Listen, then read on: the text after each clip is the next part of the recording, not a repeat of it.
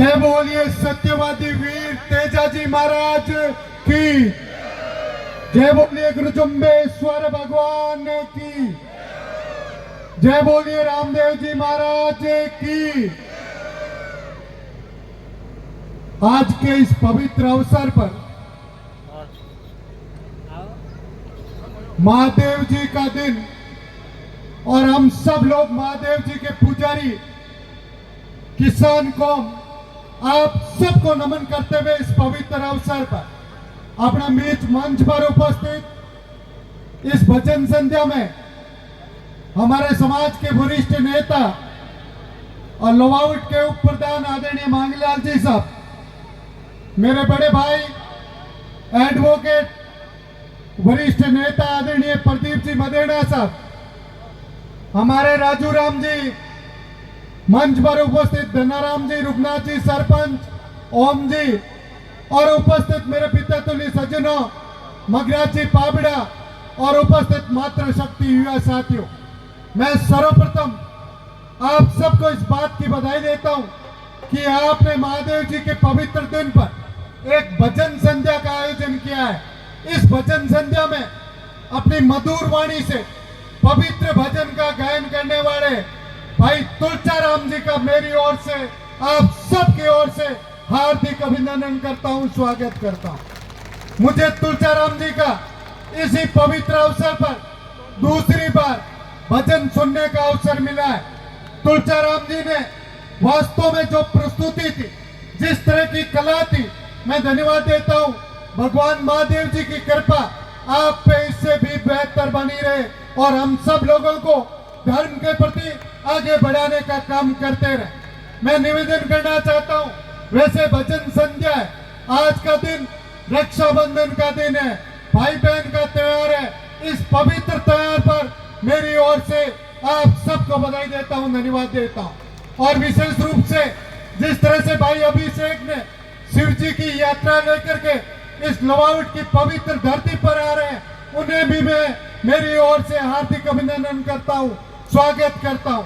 हम सब लोग वैसे किसान कौम शिव जी के वंशज है, महादेव जी के वंशज है। हम सब लोग सोचते हैं कि महादेव जी की कृपा हम पे हो।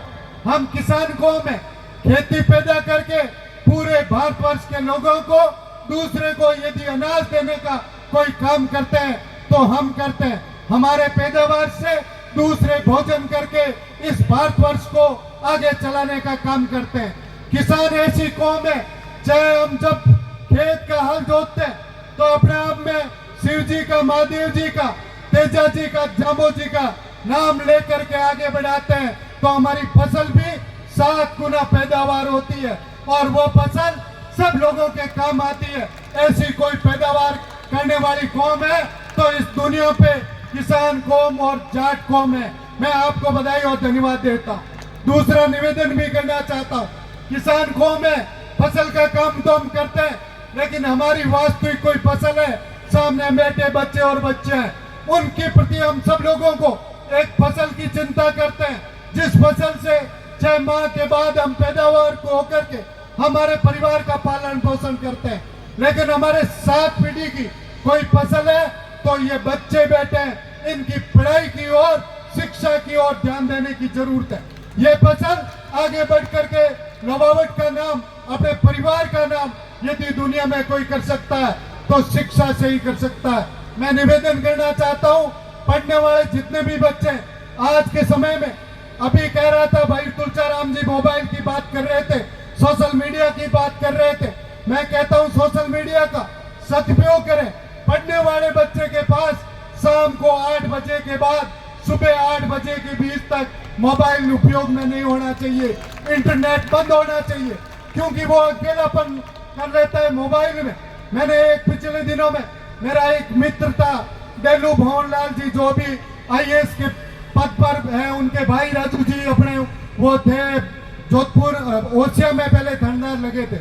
वो कह रहे थे कि हमारे परिवार में किसी को हम पर्व पर या छुट्टियों पर अपने आप बच्चों को ननियाल बुलाते हैं, तो वहाँ उनके कोई दोस्त थे और दोस्ती ननियाल आए, आकर के नानी जी के पास बैठ गए। नानी जी पूछ रही थी कैसी तेरी माँ की हालत, कैसे परिवार की हालत, 2 मिनट में तो वो मोबाइल से एक ने मुंह इधर कर लिया, दूसरे ने इधर कर लिया।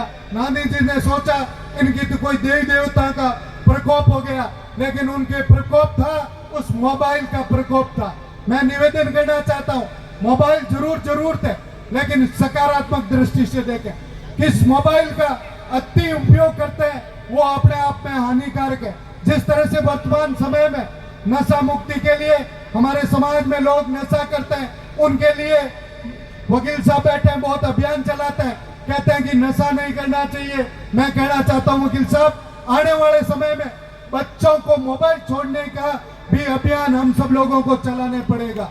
आज यदि एक छोटा बच्चा है घर में, माँ उस बच्चे का पालन पोषण करती है, माँ के पास बच्चा होता है, माँ सोचती है बच्चे को किस तरह से देखभाल, यदि टाइम नहीं है तो मोबाइल दे देती है। मोबाइल नहीं देना चाहिए छोटे बच्चे को। मोबाइल दे करके वो मैंने देखा भी है, एक छोटा बच्चा 2 साल 2.5 साल का बच्चा था, वो खाना नहीं खा रहा था, मोबाइल दे दिया, एक रोटी छोटी नहीं चपाती खाता था। मोबाइल देने के बाद 2 चपाती, वो उनकी नजर तो मोबाइल में रहती है, मुंह में वो चाप लेता है, न तो भोजन काम का और न उसकी दशा और दिशा काम की। मैं निवेदन करना चाहता हूँ, छोटे बच्चे के साथ इस तरह से नहीं होना चाहिए, हमें ध्यान देना है।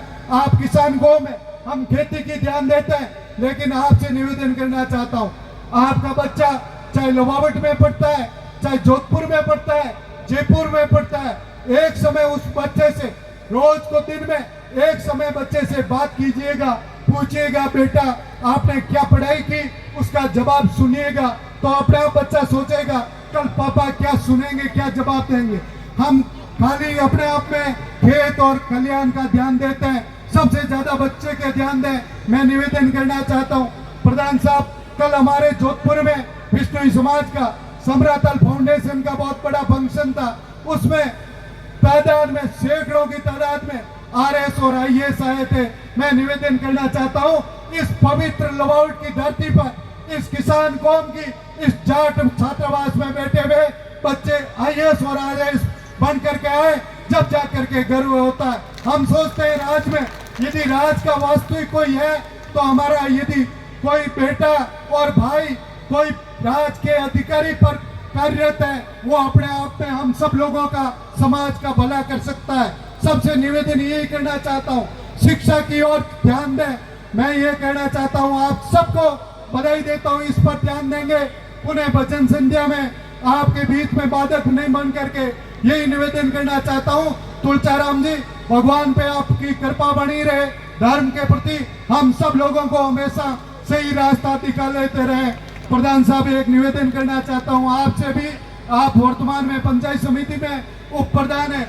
जब मैं प्रधान था मेरे पास मगराची सब लोग आए थे, मैंने यहाँ इस छात्रावास में एक हॉल बना करके दिया था। निवेदन करना चाहता हूँ आपका भी कार्यकाल है, एक हॉल इस पवित्र जगह में हम सब लोगों के लिए काम आए, हमारे बच्चों के लिए काम आए। आप पंचायत समिति से चाहे किसी से यहाँ कराने का काम करेंगे। शिक्षा ही इस पंचायत समिति या क्षेत्र में जब तक हम सब लोग किसी किसान कौम के मजबूत नहीं होंगे तो दूसरों से मुकाबला नहीं कर सकते। आज यदि राजतंत्र है तो उस तंत्र में हमारी भागीदारी होनी चाहिए। कोई कहीं से आता है, उसे नक्शे में देखता है लवाउट जाटावास किधर है, नक्शे में देखता है रूपड़ा जेताना किधर है, वो आकर के चला जाता है, कोई बीच में आने वाला नहीं। हमारा नेतृत्व यहाँ का स्थानीय हो, ये हम सब लोगों को तय करने की जरूरत है। जब जाकर के क्षेत्र का विकास हो सकता है, उसे पता होता है कौन व्यक्ति कहाँ रहता है, क्या करता है, उसी के साथ एक दिन में ऐसा करना नहीं चाहिए। ये निवेदन करना चाहता हूँ, आप सब लोग अपने परिवार और समाज के प्रति चिंता करेंगे। सब लोगों को मैं मेरी ओर से बहुत साधुवाद धन्यवाद देता हूँ। आप इस भक्ति संध्या में पधारे, पुनः आप सबके चरणों में वंदन करते हुए मेरी वाणी को विराम देता हूँ। वंदे मातरम, जय हिंद।